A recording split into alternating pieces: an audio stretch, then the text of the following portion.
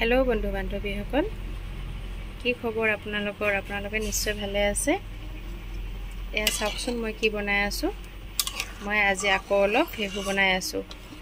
আমি যাৰ পৰা গাখীৰ লম আমাৰ হাতৰ মানে আৰু এজনী গাই গৰুৱে পোৱালি দিলে। এতিয়া গৰুজনীয়ে সৰু আছে যেতিয়া পোৱালিটো ইমান ফেহু গাখীৰ খাই শেষ কৰিব নোৱাৰে আৰু গাখীৰো বহুত বেছি। সেই হেতুকে মামাই 2.5 লিটাৰ মান গাখীৰ আমাক দি দিলে। মই আজি এইখিনি লৰা ছোৱালীকেইটাক অলপ বেলেগ পদ্ধতিত ফেহু বনাই দিম। আগতে মই ফেহুৰ ৰেচিপি এটা দিছিলো, সেইটো কেকৰ দৰে বনাইছিলো ভাপত গৰম পানী বহুৱাই পিনে। আজি মই এইখিনি একদম শুকান কৰি ড্ৰাই কৰি ভাজি লম। মানে আমাক মাহঁতে যেনেদৰে সৰুতে খাবলৈ দিছিলে। তাৰপিছত অকণমান চেনি দিম। কেনেদৰে বনাম মই আপোনালোকক ভিডিঅ' দি দিম দেই। এতিয়ালৈ ৰাখিছো। গাখীৰখিনি মোৰ 2.5 লিটাৰ মান গাখীৰ একদম শুকাই গ'ল। শুকাই পিনে এতিয়া এইখিনি হৈছেহি। এতিয়া মাখা হৈ আছে।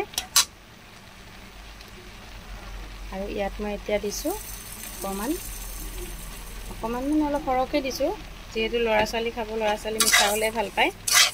এনেদৰে চেনি দি এতিয়া মই এই ফেহুখিনি পূৰা শুকান হোৱালৈকে লাহে লাহে ভাজি থাকিম। এই মোৰ ফেহুখিনি এতিয়া ভজা হৈ গ'ল। একদম শুকান কৰি ভাজি দিছোঁ। দেখিছে ইমান ধুনীয়া ক্ৰীম কালাৰ এটা আহিছে। ইয়াৰ সুগন্ধিও ধুনীয়া হৈ আহিছে।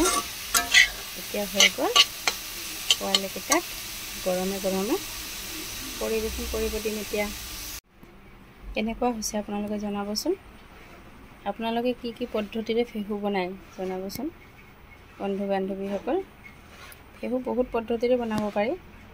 কেতিয়াবা আমি কেকৰ দৰে বনাব পাৰোঁ, কেতিয়াবা এনেদৰে সৰু সৰুকৈ ভাজি সৰু সৰুকৈ টুকুৰা টুকুৰকৈ ভাজিব পাৰোঁ। ঠিক আছে, আজিলৈ আহোঁ, বাই বাই।